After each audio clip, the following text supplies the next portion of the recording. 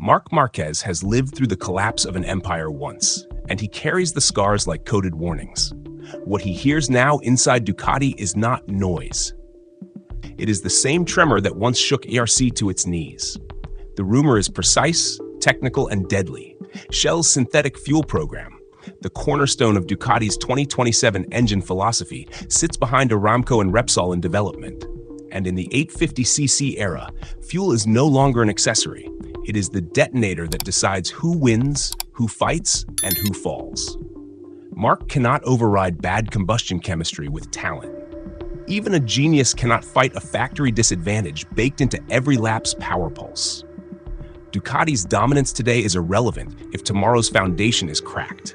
But the danger is bigger than Ducati losing pace. The greater fear is this. If Marc leaves, Gigi Dall'Igna may leave with him. The rider who executes the war and the architect who designs the weapon, gone in one synchronized exit. For parents guiding young riders, for sponsors, for the next generation of MotoGP contenders, this is the nightmare scenario. Empires don't fall gently. They fall when their pillars walk away. Is Ducati about to lose the king and the kingmaker in one devastating migration? The first shock hit Bologna not on track, but in a boardroom without cameras. Ducati engineers received internal briefs stating that Shell's synthetic fuel trajectory was behind its competitors. Aramco leads the combustion stability curve. Repsol is deep into next-generation blends.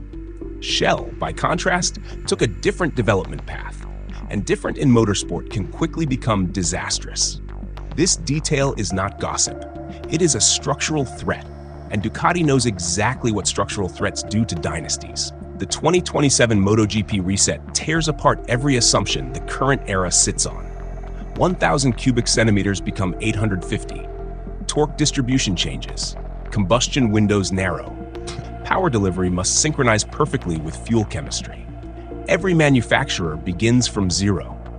But zero is not equal when one supplier has chemistry that sings and the other has chemistry that sputters. Marc Márquez understands this better than anyone alive. He once suffered under Honda's philosophy of hope the next update fixes it. It didn't. Year after year, Honda's desperation grew while Marc's shoulder, arm, and career became collateral damage. He learned the hardest lesson a rider can learn. A bad technical culture steals years from your life. He will not live that trauma twice. Which is why the whispers about Shell's fuel trouble don't bounce off him. They lodge inside him like splinters. A rider of his intelligence doesn't wait for performance to fall. He reacts to the pattern. Ducati's 2025 and 2026 dominance means nothing if the 2027 engine is born compromised. This is where the real panic begins. Ducati's power in MotoGP is not just speed, it is political gravity. When Ducati is winning, riders want to join, sponsors align, engineers stay, juniors from academies funnel upward. But if Ducati becomes the factory struggling during a regulation reset, the direction of gravity flips instantly. And nothing flips gravity like losing Marc Márquez. But even that is not the true catastrophe. The true catastrophe is the second name that insiders fear even more: Gigi Dall'Igna. Gigi is not a technical director. He is a system. He is the architect who designed Ducati's modern empire. The aero revolution, the whole shot era, the ride height philosophy, the torque curves, the downforce exploitation, the balance of mechanical grip with aerodynamic aggression. Everything that made Ducati the apex predator of MotoGP carries his fingerprints. When Marc arrived in 2024, he didn't just join Ducati. He joined Gigi's Ducati. Their relationship isn't symbolic, it is operational. Gigi knows what Marc needs before Marc says it. Marc knows how to translate Gigi's weapon into execution. It is the rarest union in motorsport, talent and engineering aligning at the exact same frequency, which is why the rumor detonates like a bomb. If Marc leaves, Gigi might follow. Parents of academy riders, the silent stakeholders in MotoGP's next decade, understand what this means. They don't want their sons graduating into factories with unstable futures. They don't want contracts tied to machines that may be outdated the moment the 850cc engines roll onto track. If Marc and Gigi both shift to Honda, the safe destination for rising talent moves instantly from Bologna to Tokyo. This is not rider market chaos. This is a power migration. Ducati's problem is not losing one superstar. It is risking the collapse of the ecosystem that surrounds him. And so the act ends with the question that slices through every corridor in Borgo Panigale. If Marc Márquez believes Ducati cannot win 2027, does anything they offer, money, power, tradition, matter anymore? The tipping point wasn't a race, a crash, or a press conference. It was a single sentence from Motor Passion Moto: Shell's synthetic fuel development is behind schedule. That line hit like artillery. The reason is simple. Ducati's 2027 engine is being designed in harmony with Shell's fuel. If Ducati changes suppliers later, the engine must be redesigned. If they stay with Shell and the fuel is inferior, the engine loses. There is no version of this where Ducati faces small consequences. This is the kind of engineering trap that can end a sporting empire. KTM has already tested their 850cc concept with Paul Espargaro. Their sound, torque curve, and combustion stability drew praise. Honda, their parallel F1 research pathways, appear on pace. Aprilia has a lean, flexible development structure. Yamaha is desperate enough to reinvent everything. Ducati is the only factory rumored to be exposed on fuel chemistry, and Marc Márquez is the one rider who cannot afford to bet on the wrong horse again. The catalyst intensifies when Carlo Pernot reveals the next blow. Honda have already contacted Marc Márquez. This is not a nostalgic offer. It is a strategic strike. Honda has suffered humiliation since 2020.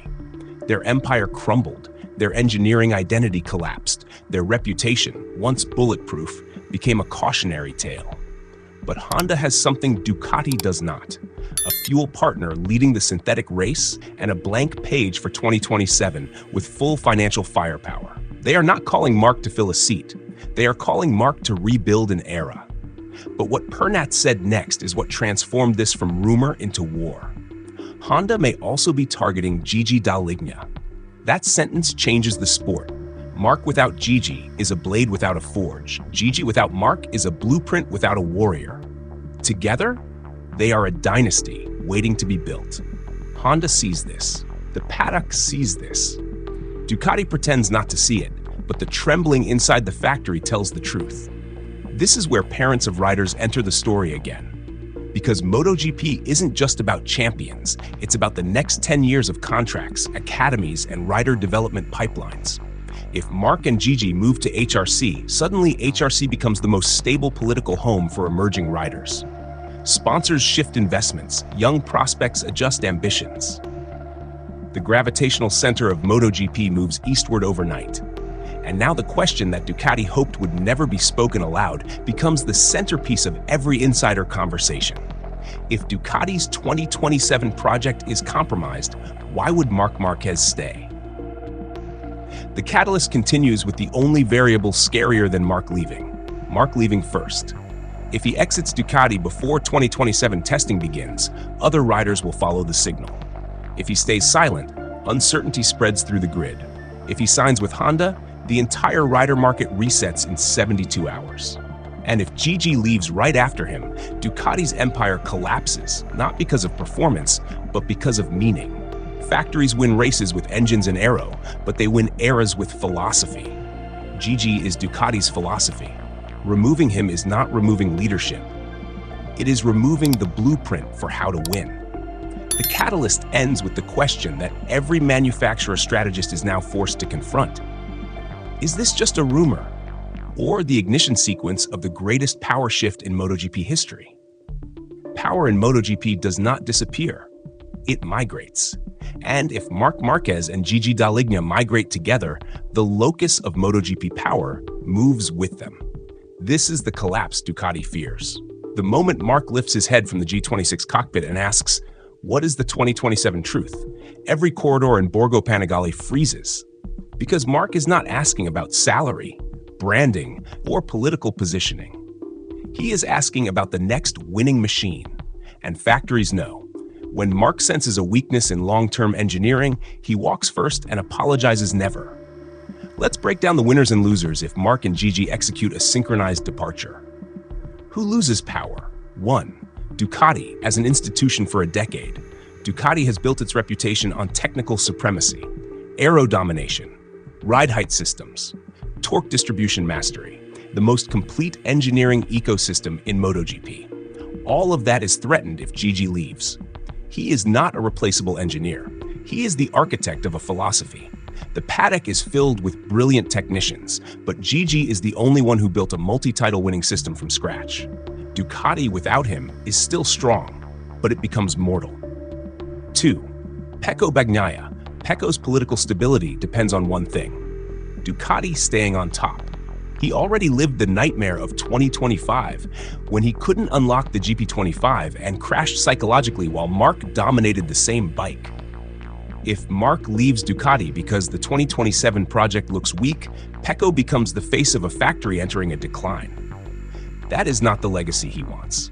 Even worse, if Gigi leaves, Pecco loses the technical leader who has protected him through difficult seasons.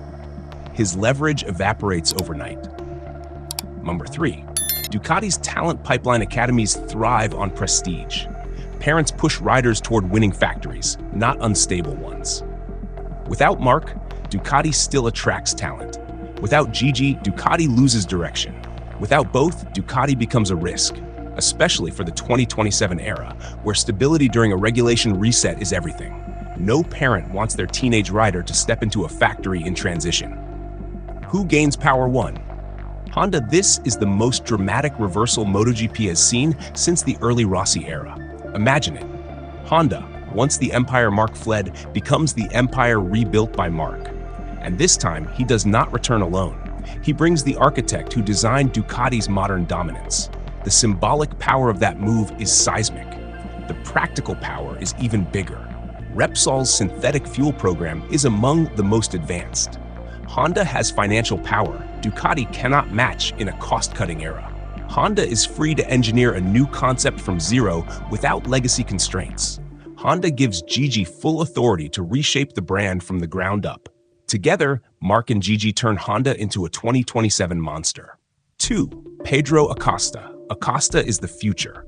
Everyone knows it, but even the brightest future needs the right factory. If Marc leaves Ducati, Acosta sees two things. Ducati becomes a transitional risk. Honda becomes a rising powerhouse again. Acosta will not jump prematurely, but he will not tie himself to KTM forever if they cannot deliver a 2027 platform that can fight a Marc-Gigi alliance. 3. Fabio Quartararo. Fabio has already warned Yamaha he will leave if the V4 project fails. If Marc leaves Ducati, Fabio becomes the biggest free agent blade outside the Ducati-Honda war. Factories will bid for him. Aprilia, possibly Ducati if Bagnaia collapses again. But Honda becomes a serious option if the Marc-Gigi migration becomes reality. 4. Marco Bezzecchi and Aprilia. Aprilia benefits massively from chaos. If Ducati destabilizes, Bezzecchi becomes the most stable ascending force outside Marc. Aprilia gets what it always needed: a clean runway to attack the top factories while they reorganize. Fuel chemistry, combustion efficiency, power elasticity, corner exit torque, aero-load relationship, lap time stability, rider confidence. If Shell's synthetic fuel lags in flame stability or burn rate consistency, Ducati's 2027 engine will struggle to deliver torque predictably. Even Marc Márquez cannot override inconsistent power pulses. This is where psychology shifts. Technical doubt creates micro-hesitation. Micro-hesitation breaks aggression. Broken aggression loses championships. Marc sees this pattern instantly. This is why the power shift is not sentimental. It is mechanical, scientific, cold, inevitable. The act ends with the question: is Ducati prepared for a world where Marc Márquez chooses future victory over present loyalty? This is where every thread returns to the core pulse. Marc Márquez does not chase comfort. He chases eras. The rumor of Shell's fuel disadvantage triggers him because it mirrors the same flaw he survived at Honda: a factory failing to build the future while pretending the present is enough. Ducati's brilliance today means nothing if 2027 is born weak. Marc is not emotional about this. He is surgical. If the future belongs to another factory, he will go there. If the fuel advantage belongs to another supplier, he will align himself with it. If Honda offers him control, destiny, and the architect he trusts, he will not hesitate. Now, Gigi Dall'Igna enters the verdict. Gigi is not afraid of risk. He is afraid of stagnation. If Ducati cannot guarantee him a fuel advantage, an engineering advantage, and political freedom, he will look elsewhere. If Honda gives him full authority to rebuild their empire, and it will, the alignment becomes almost too perfect to ignore. Marc brings championship execution. Gigi brings the machine that enables it. Honda brings financial power and fuel supremacy. The verdict becomes clear. If Ducati cannot solve the 2027 fuel disadvantage, Marc Márquez and Gigi Dall'Igna walking to Honda is not a rumor. It is a logic chain. A sequence of inevitabilities, a migration of power written in engineering truth. Toprak rises within Yamaha's V4 revolution. Acosta watches KTM's future with growing doubt. Quartararo stands at the edge of escape. Bezzecchi becomes Aprilia's spear. Ducati faces the possibility of losing both its king and its architect. This is not a silly season rumor. This is the beginning of MotoGP's next civil war. And the war starts with one question. Can Ducati win 2027? If Marc believes the answer is no, he will leave. If Gigi believes the answer is no, he will walk beside him. The story ends where all great MotoGP eras begin. Not with the fastest bike, not with the biggest budget, not with the best rider, but with the factory that builds the future. From now, where does this put them? The time will tell us. Comment below. Subscribe for more savage breakdowns.